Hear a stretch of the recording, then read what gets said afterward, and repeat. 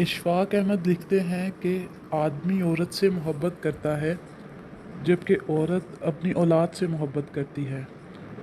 इस बात की मुकम्मल समझ मुझे उस रात आई। ये गुज़िश्ता सदी के आखिरी साल की मौसम बहार की एक रात थी। मेरी शादी हुए तकरीबन 2 साल हो गए थे और बड़ा बेटा तकरीबन 1 बरस का हो रहा था। उस रात कमरे में हम लोग 3 लोग थे, मैं, मेरा बेटा और उसकी वालिदा। 3 में से 2 लोगों को बुखार था। मुझे कोई 104 दर्जा और मेरे बेटे को 101 दर्जा। अगरचे मेरी हालत मेरे बेटे से कहीं ज़्यादा ख़राब थी, ताहम मैंने ये महसूस किया कि जैसे कमरे में सिर्फ 2 ही लोग हैं, मेरा बेटा और उसकी वालिदा। बुरी तरह नज़रअंदाज किए जाने के एहसास ने मेरे ख़यालात को ज़ेर ज़बर तो बहुत किया, लेकिन अदराक के घोड़े दौड़ाने पर अक़दा यही खुला कि औरत नाम है उस हस्ती का कि जब उसको ममतादियत कर दी जाती है तो फिर उसको अपनी औलाद के सिवा कुछ दिखाई नहीं देता, हत्ता कि अपना शोहर भी, और ख़ास तौर पर जब उसकी औलाद किसी मुश्किल में हो। इस नतीजे के साथ ही एक नतीजा और भी निकाला मैंने, और वो ये कि अगर मेरे बेटे के दर्द का दरमान उसकी वालिदा की आगोश है तो यकीनन मेरा इलाज मेरी माँ की आगोश होगी। इस ख्याल का आना था कि मैं बिस्तर से उठा और माँ जी के कमरे की तरफ चल पड़ा।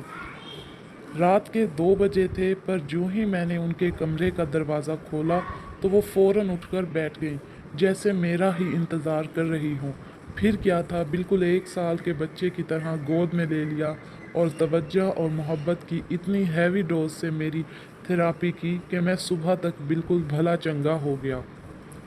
फिर तो जैसे मैंने असूल ही बना लिया, जब कभी किसी छोटे बड़े मसले या बीमारी का शिकार होता तो किसी हकीम या डॉक्टर के पास जाने की बजाय सीधा मरकज़ी ममता शिफा खाना बराए तवज्जो और इलाज में पहुंच जाता।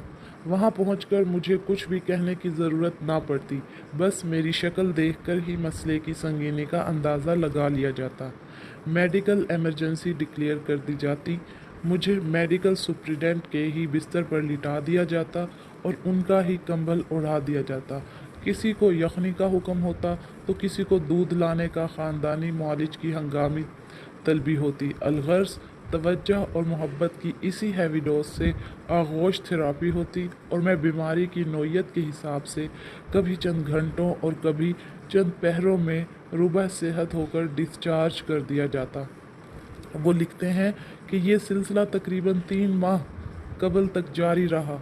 वो वस्त नवंबर की एक खनक शाम थी जब मैं फैक्ट्री से घर के लिए रवाना होने लगा तो मुझे लगा कि मैं मुकम्मल तौर पर सेहतमंद नहीं हूँ। तभी मैंने घर जाने का फ़ैसला किया और मैं माँ जी की खिदमत में हाजिर हो गया। लेकिन वहाँ पहुँचने पर और ही मंजर देखने को मिला। माँ जी की अपनी हालत काफ़ी नागुफ्ताब थी। पिछला कई रोज़ से फेफड़ों के आर्जा के बाइस बुखार और दर्द का दौर चल रहा था। मैं ख़ुद को भूल कर उनकी तीमारदारी में जुट गया। मुख्तलिफ़ अद्वियात दी, खुराक के मारूफ टोटके आजमाए, मुट्ठी चापी की। मुख्तसर ये कि कोई 2 घंटे की आओ भगत के बाद उनकी तबीयत संभली और वो सो गई। मैं उठकर घर चला गया।